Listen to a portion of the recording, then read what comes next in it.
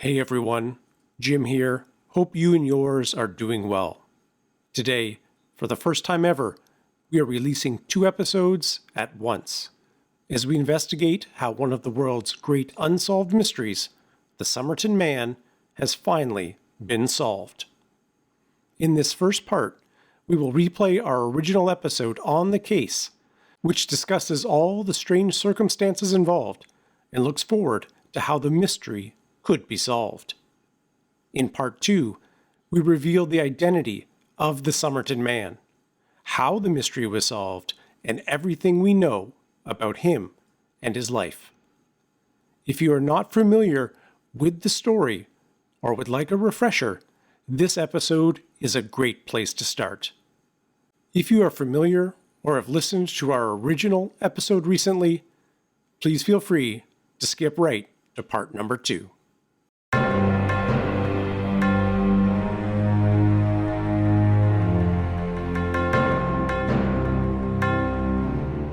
Welcome to Haunted Talks, the official podcast of The Haunted Walk, offering ghost tours and paranormal adventures in Kingston, Ottawa, and Toronto, Ontario.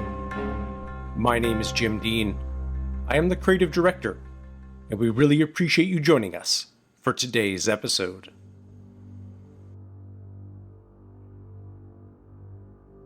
On November 30th, 1948, as John Baines Lyon went for a walk with his wife along Somerton Beach near Adelaide, Australia, he didn't give much thought to the drunk man sitting slumped by the seawall, who had briefly raised a shaky arm as the couple had passed by. Half an hour later, another couple noticed the same man lying in the same position. Looking down on him from above, the woman could see that he was immaculately dressed in a suit with smart, new, polished shoes. Odd clothing to be wearing at the beach. He was motionless, his left arm splayed out on the sand. The couple decided that he was simply asleep, and that is why he was not reacting to the mosquitoes that were swarming round his face. He must be dead to the world not to notice them, the boyfriend joked. The next morning, as Lyon emerged from an early swim in the ocean, he notices a small group gathering on the beach, and as he draws closer, he realizes the slumped man has not moved from the spot where he saw him the night before. He is clearly dead. This sets off one of the world's greatest unsolved mysteries that has baffled and confounded investigators for over 70 years. The Somerton Man Mystery. Even more intriguing, due to recent developments in the case, there is a good chance this mystery could be solved in the very near future.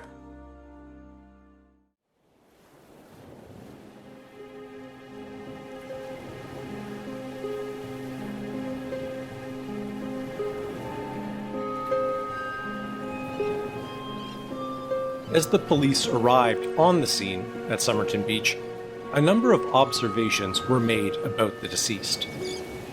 He was well dressed, but had no hat. There were no obvious injuries to his person. The area around the body showed no signs of a struggle. There was a half-smoked cigarette on his lapel, as if it had absent-mindedly fallen from his lips. The police took the body to the hospital, where the doctor who declared him deceased suggested a heart attack was the most likely cause of death. In his pockets were found a few personal items, a bus ticket, a train ticket, but noticeably missing was a wallet, money, or any form of identification. An examination of the victim's stylish clothing revealed something quite strange. All of the labels had been removed. Not a typical practice, even for second-hand stores at that time, before mass-produced clothing became so readily available. Also, who wears a double-breasted suit to the beach? Some initially speculated that the man may have been washed ashore or had come from out of the ocean, but his shoes were so smartly polished and clean, not looking at all like ones that had recently spent time in salt water or even at the beach, raising the possibility that the man may have been killed elsewhere and simply dumped where he was found. During the autopsy that followed, the attending physician decided that the victim had died of heart failure, likely due to some kind of poisoning, and various samples were taken and sent for testing. The police took his fingerprints but found they did not match anything on record. And there were no missing person reports in the area that fit the description of this man. The Caucasian body measured about 5'11". He had gray hazel eyes and reddish blonde hair, just starting to gray at the temples. He was healthy, clean, and well-muscled. His toes showed some unusual characteristics, as if he had worn pointed shoes or boots for a long period of time. His age was estimated to be around 50. He had a few small scars, but no tattoos or birthmarks that might lead to easy identification. The body did not show signs of having been moved. The scientific experts had a great deal of trouble trying to figure out if and what kind of poison may have been used. Professor John Cleland, the emeritus professor of pathology at the University of Adelaide, informed the inquest there was nothing to indicate death from natural causes. Quoting here, "Every poison we have suggested seems to have been discounted. We found no evidence of vomiting. A possible stain on his trousers did not look like vomit. The internal organs were somewhat congested, but not deeply congested as might be expected from failure of respiration. Most of the common poisons would give vomiting or evidence of convulsions, something which would have drawn attention to the deceased. Cyanide would be very quick, and no bottle was found, or any smell of cyanide. It is difficult to find any poison that fits the circumstances."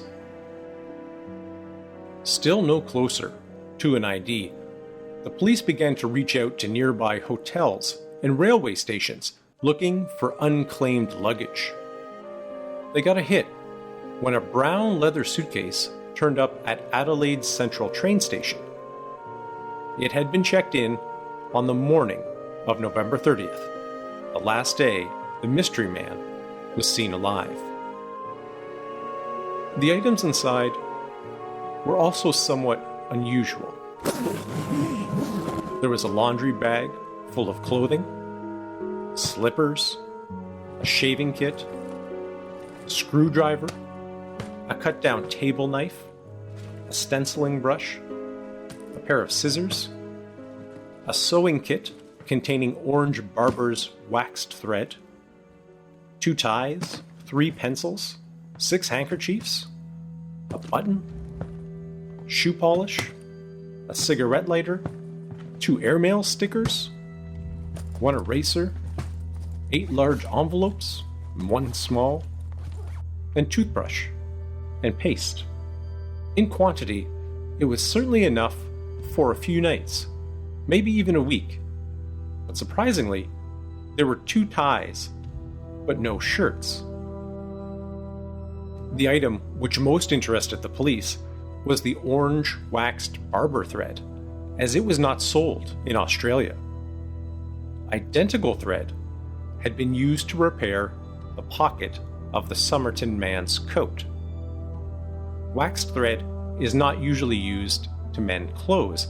It must have been some kind of emergency repair. It seemed very unlikely that the barber thread in the suitcase and the barber thread and the Somerton man's coat were not in some way connected. Also, the clothes were his size, and the slippers would have fit his feet. The laundry bag, which contained the clothes, did have a label, which had the name on it, T. Keene. When the police discovered there was a missing sailor named Tom Reed, initial excitement turned to disappointment. As shipmates who viewed the body, it was not their friend. As the Somerton man seems to remove his clothing labels to help conceal his identity, many speculate that he left the name T. Keene on there because he knew he was not him. Which raises another question. Who was T. Keene, and why did the Somerton man have his laundry bag in a locker at a train station? Attempts to find T. Keene were unsuccessful. Around the same time, the police found a bizarre clue that they had initially overlooked when examining the body. In the fob, or small front pocket, of the pants was found a tiny piece of rolled up paper with the words Tamam Shud printed on it, which roughly and eerily translates to, "It is finished." It had been ripped out of the last page of the Rubaiyat of Omar Khayyam. The theme of the Rubaiyat, which is a book of poetry, is that one should live life to the fullest and have no regrets when it ends. The subject matter led police to theorize that the man had committed suicide and placed the torn paper in his own pocket as a kind of hidden literary suicide note. But how ominous would it be if that note had been placed there by someone else? Someone who had killed the mystery man. As the investigation continued, the Adelaide police began to reach out to law enforcement agencies across the Western world, including the FBI, to help identify the man. No one seemed to know who he was, or was at least willing to admit it. He was like a ghost. The police were also still trying to find the original book from which that piece of text was torn. On July 22nd, almost 7 months later, Ronald Francis came forward that his brother-in-law had left a copy of the Rubaiyat in his car's glove compartment after finding it on the floor of his car, which had been parked near Somerton Beach on November 30th, 1948. The torn-out page was not only an exact match under microscopic comparison, but 2 new possible and puzzling clues came to light. The first was a faintly written telephone number written on the book's back cover. The number traced to a woman, Jessica Thompson, who lived in the area the body was discovered. She told police, while training as a nurse in Sydney several years before, she had given a copy of the book to a male acquaintance, and it was a popular gift around this time. The police at first thought that man might be who they were looking for, but they were able to track him down in Sydney and found him very much alive, and he did confirm Jessica Thompson's story. But that is not to say there was no connection between the nurse and the mystery man. She told police she was not home on November 30th, but one of her neighbors reported that a strange man had appeared at their door asking after her. When police did show the plaster cast of the body that was taken to Jessica Thompson, she said she did not recognize the man. But officials noted her reaction, saying she was completely taken aback to the point of giving the appearance she was about to faint, and she only looked at it once and then would not look again. Publicly, she denied knowing anything about the man or the book. Some had hoped that perhaps after her husband's death, she might finally identify the man. She didn't. And if she did know anything else about this mystery, she has taken it to the grave.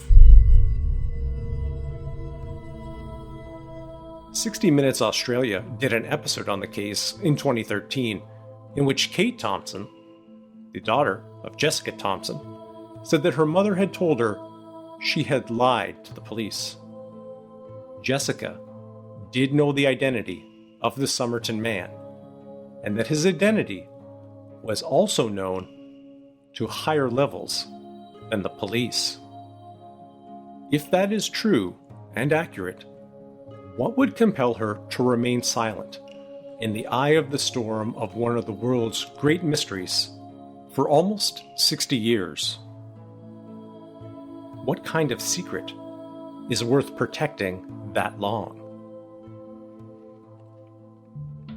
Along with the telephone number, investigators found 5 lines of seemingly jumbled letters on the back of the book. For example, the first line, which began with a W or an M, continued RGOABABD. The apparently nonsensical series of letters, and the inability of the police to identify the man, led many to speculate that the letters must be some kind of code, indicating the mystery man may have been involved in spycraft. Sadly, no professional or amateur codebreakers have successfully deciphered the message. Some believe the capitalized letters might refer to the first letter of words, and the codes are really acronyms, much like LOL or TTYL. But more commonly, it is believed that it must be the kind of code where the sender and the receiver have an agreed and understood meaning for each of the letters, and to crack the message, the codebook would be needed. If it was spycraft, many point out that 1948 is really the beginnings of the Cold War, and if he was a spy, it was likely from somewhere behind the Iron Curtain. Of course, if true, the powers that be would never admit to it. Just like you hear in almost every spy movie, you will be disavowed if you are caught. The other strange thing about the book was it was determined to be the first English language edition, published in 1859, making it rare and valuable. Not only something that might catch the eye of a casual observer, but also not the kind of book one would typically rip pages out or write gibberish upon. Over the next 10 years, there were many news headlines claiming to have finally solved the mystery. These false starts were inevitably followed by retractions, sometimes even the next day. Finally, on March 14th, 1958, came the reluctant conclusion from the coroner that he had to close his inquiry, saying, "I, the said Justice of the Peace, and the coroner, do say that I am unable to say who the deceased was. He died on the shore of Somerton on the 1st of December, 1948. I am unable to say how he died or what was the cause of death." As a result of this finding, much of the evidence in the case was thrown out, including the suitcase and the book. While this is very frustrating to modern-day investigators who have more types of technology and investigative tools at their disposal, to be fair to the police, they generally did not keep evidence if there was no ongoing investigations or really any certainty that even a crime was committed. Over the years, many elements of the case have been thoroughly researched, leading to additional speculation. In March 2009, Professor Derek Abbott, the director of the Centre for Biomedical Engineering at the University of Adelaide, set up a task force in the hopes of solving the mystery. When his group researched the Somerton man's cigarettes, which had been placed in an Army Club packet. They found the cigarettes inside were actually a much more expensive brand than the Army Club. It seems unusual, as people usually transfer cheaper cigarettes into more expensive cases, unless the cigarettes were a gift or a few from someone else's pack. Professor Abbott's discovery raises the possibility that poison might have been given to the Somerton man in the form of a cigarette, and inhaling the poison might have changed its effects, and why it was found almost haphazardly on his lapel. Professor Abbott and his team also considered the Somerton man's teeth, and found that he had hyperdontia of the lateral incisors, a genetic disorder that is only apparent in 2% of the population, making it both rare and significant. There was also something unusual about the man's ears. A forensic anthropologist at the University of Adelaide provided an analysis that established he had a upper hollow called the cimba, which is larger than the lower hollow called the cavum. For most people, it is the other way around. This combination of hyperdontia and the unusually shaped ear also appears in the photograph of Jessica Thompson's son. With her phone number in the Rubaiyat and the body found within 400 meters of her home, could the mystery man be a relative or even the boy's father? The chance that this was a coincidence, that the two men had these two same rare characteristics, has been estimated to be in the range between 1 in 10 million to 1 in 20 million. Very long odds at best. As you might expect, beyond the most popular explanation, which is that the Somerton man was involved in clandestine operations of some sort, there are a lot of different theories people have suggested over the years, which are quite interesting and have varying degrees of probability. One of the most interesting theories about the mystery involves time travel. According to this theory, the Somerton man was the great-great-grandson of Jessica Thompson, who had traveled back in time for some unknown reason, but had died, either because of an allergic reaction to the unfamiliar environment, or perhaps even murdered by some competing futuristic enemy. Along similar lines is the belief that he was some kind of alien-human hybrid, which would explain his strange feet, ears, and teeth, and why the coroner had such a struggle to identify the cause of death, because the victim was not quite human. What makes this a particularly fascinating moment to cover this case is that after 70 years, we may be about to identify the Somerton Beach Man. Earlier this year, on May 19th, 2021, the remains were exhumed to allow for DNA testing, technology that far from existed at the time of his death. To talk us through the possibilities is Dr. Lars Petersen, a biologist and instructor at the University of Calgary, who previously joined us back in episode 47 to talk about the science of zombies. Dr. Petersen, welcome back to Haunted Talks. I'm happy to be back with you, Jim. Now, we have a pretty fascinating case here that seems like it might be on the verge of being solved. So I thought it would be great to have you on to give us a little background about DNA and how DNA is recovered and used in those kind of things.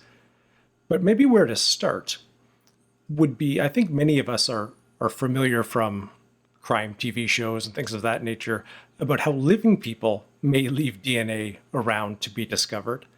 How does the situation change when we're looking at someone who is deceased? And in this case, of the Somerton man, who has been embalmed and then buried for 70 years. What does that look like? How is DNA evidence collected in this case? Yeah, so it's a great question. I can sort of start with the basics here, which is that, as we know, DNA is the genetic material that's carried by all of our cells. And in order to extract DNA from a person, either alive or dead, you need to obtain a sample of that cellular material. From a living person, this can be collected from any living sample of cells. You can get this from blood, you can get this from hair, you can get this from skin cells that are left behind. But in the case of somebody that has been dead for a while, particularly somebody who has decomposed quite a bit, the best bet for getting at this material is by going into bone tissue or teeth tissue, because this is some of the soft tissue that is going to be the last to decompose and degrade. And so in the case of a body that has been embalmed, under normal circumstances, DNA is actually a very robust molecule, and it takes quite a while for it to break down on its own.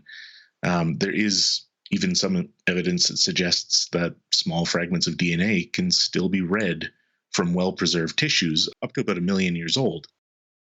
And this is in part because the bonds that hold DNA together don't break apart very easily without the help of some DNA digesting enzymes.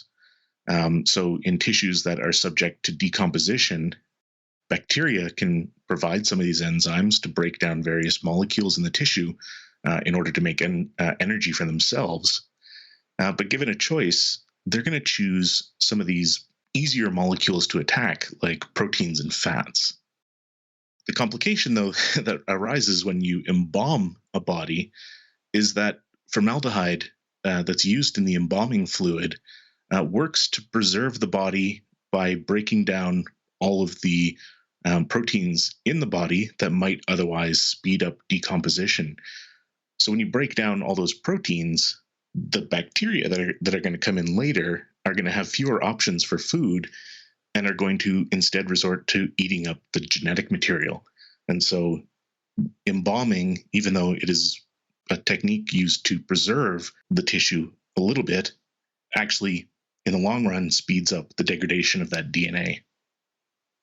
And when you're talking about teeth and bone tissue, we're talking about kind of the inside of your bones or the inside of your teeth. Is that what you mean? Yeah, there are small pockets of tissue. So obviously, within the larger bones, you have bone marrow, and this bone marrow is largely inaccessible to some of these decomposition bacteria. But also within the teeth themselves, there's going to be a little bit of that tissue left in sort of the root of the tooth that, again, is going to be fairly well protected from decomposition. So usually those in the cases of long decomposed bodies where really only the bones remain, those are the two sources that we would go for getting the highest quality DNA, let's say. Given what we know about the condition of the body, 70 years in the ground, the embalming fluid that was used, how confident are you, or not at all, I suppose, that the scientists and the researchers will be able to find some of that material in the Somerton man's remains? Yeah, so this is a tough question.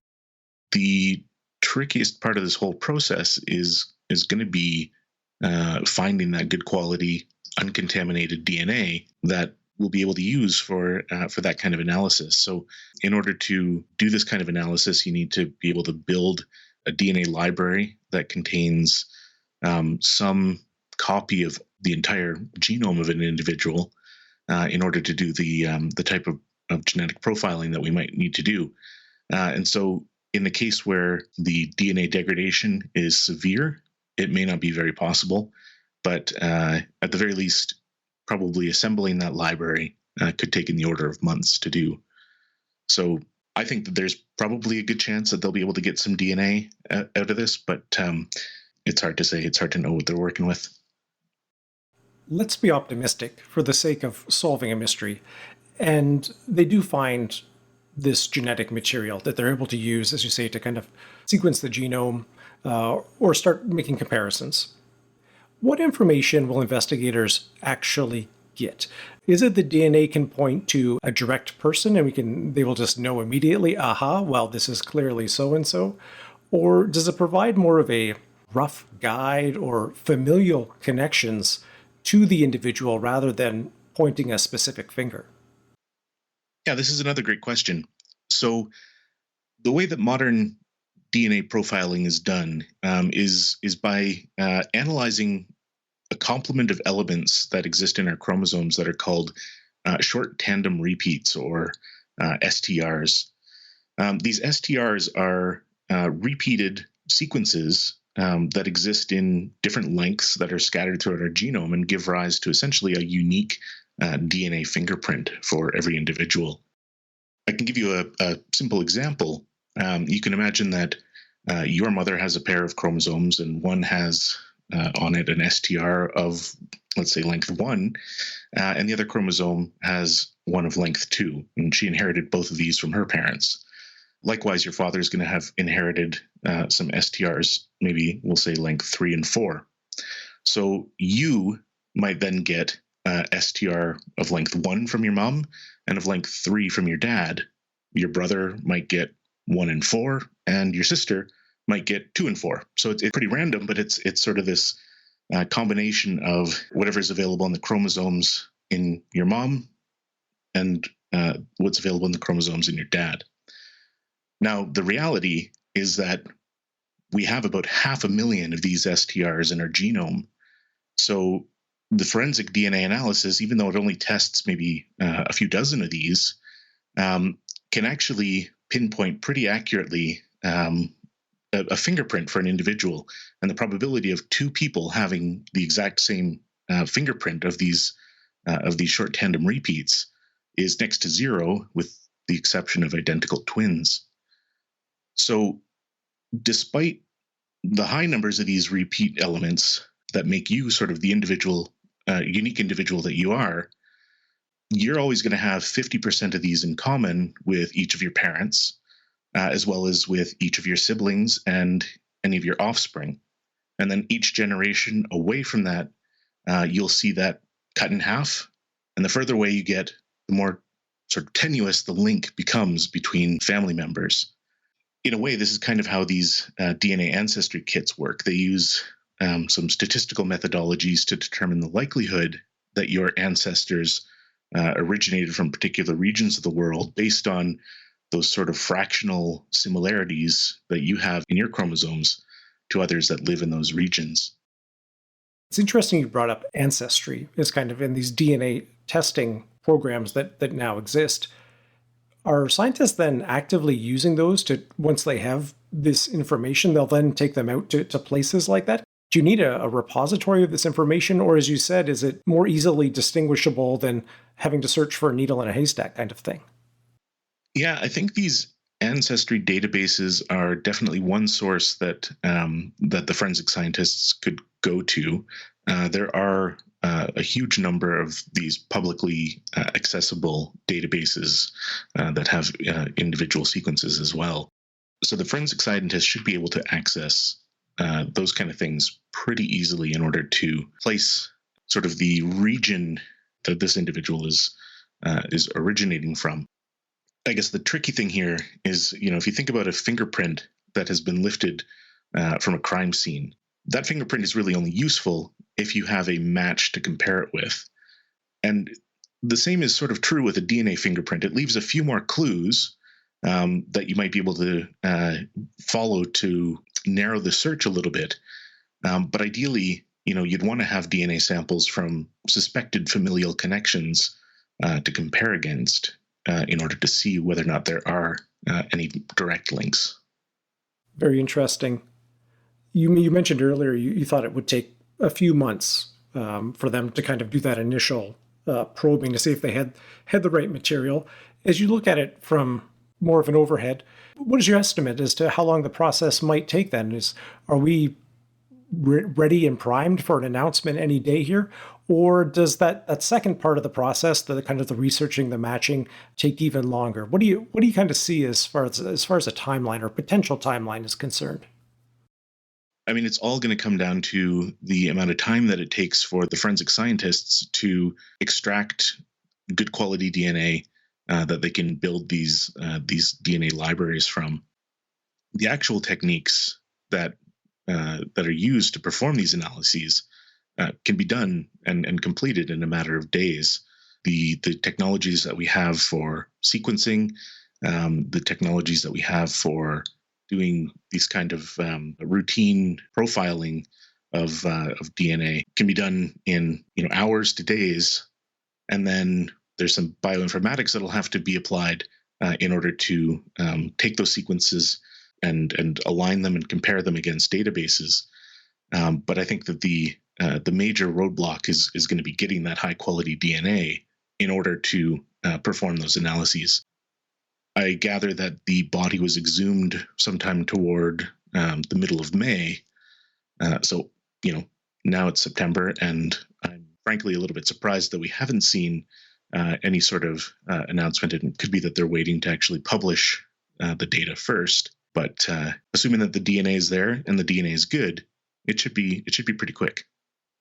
Wow, it's incredible to think about the advances in science and technology that'll eventually allow a case like this, which has baffled people for so long, to be figured out so quickly. And I think we certainly look forward to that. And I hope we can have you back on the show if we hear word, and maybe you can explain a little bit of the science to us once we hear what the results will be. But Dr. Petersen, again, it was a pleasure to have you on the show, and thanks so much for joining us today. Well, thanks for having me, Jim, and I'm happy to come back and talk about this if there is something to talk about in the future. Like all great mysteries, the Somerton Man continues to baffle and captivate imaginations. And in the episode today, we've only scratched the surface. If you're interested in going further down the rabbit hole, there are a lot of other small pieces of evidence and theories just waiting for you to discover online. One of the major challenges with the Somerton Man mystery is the lack of good photos of the body itself. And in October, Canadian cinematographer Daniel Vauchart teamed up with Derek Abbott, and together, using artificial intelligence software, provided a updated or more lifelike image of the man. And that image is used in our image for this episode. So you can find that on our website at hauntedwalk.com or on any of our social media channels, or by searching for Daniel Vauchart and the Somerton Man. Does he look like anyone you know? We hope to return very soon with a follow-up episode where this mystery is finally solved, and maybe all of the questions are finally answered.